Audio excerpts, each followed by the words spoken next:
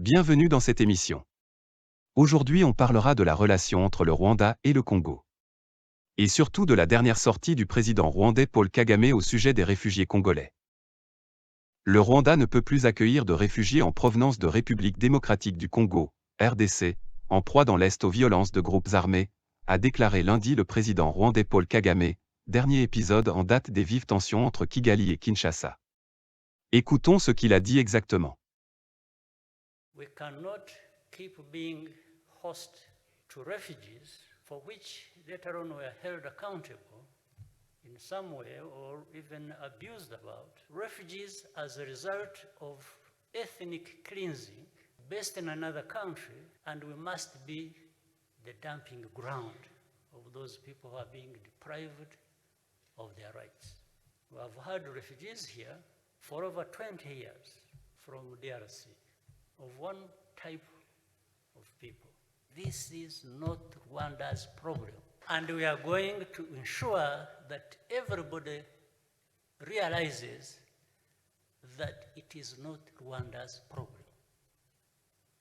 And starting with saying, those who think it is Rwanda's problem and not Congo's, first of all, remove these Congolese from here.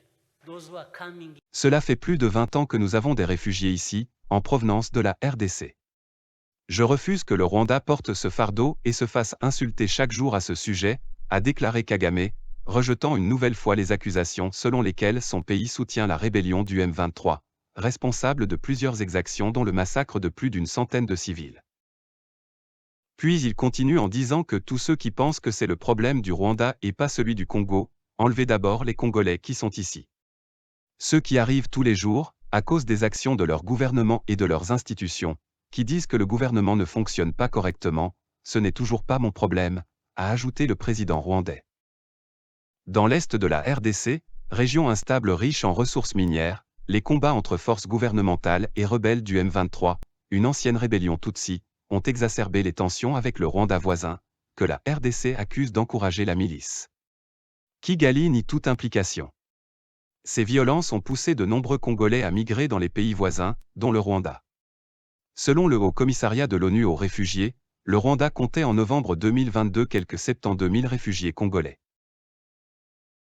Dans un rapport publié en décembre, des experts mandatés par les Nations Unies affirment avoir collecté des preuves substantielles démontrant l'intervention directe des forces de défense rwandaises, RDF, sur le territoire de la RDC, au moins entre novembre 2021 et octobre 2022. L'Union européenne a appelé le Rwanda à cesser de soutenir le M23.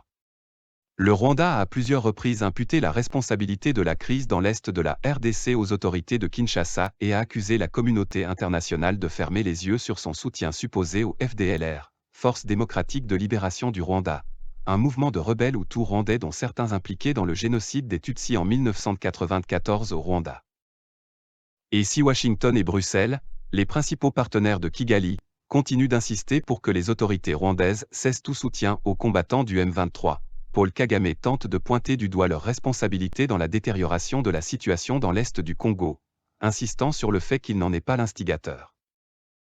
Si c'est mon problème, c'est votre problème aussi, en tant que communauté internationale, je m'adresse à eux, c'est autant votre problème que le mien, a-t-il déclaré, suggérant que la solution pourrait être que les réfugiés congolais au Rwanda soient amenés ailleurs. Cette énième déclaration de Paul Kagame sur la situation en RDC coïncide avec l'appel du porte-parole francophone du département d'État américain, William Johan Schmonce. Par son intermédiaire, la Maison-Blanche a réitéré son appel au Rwanda pour qu'il cesse de soutenir le M23 et retire ses soldats de l'Est de la RDC. Des initiatives diplomatiques ont été lancées pour tenter de résoudre la crise de l'Est de la RDC où une force régionale africaine, dirigée par le Kenya, est en cours de déploiement. Merci d'avoir suivi cette émission. N'oublie pas de t'abonner.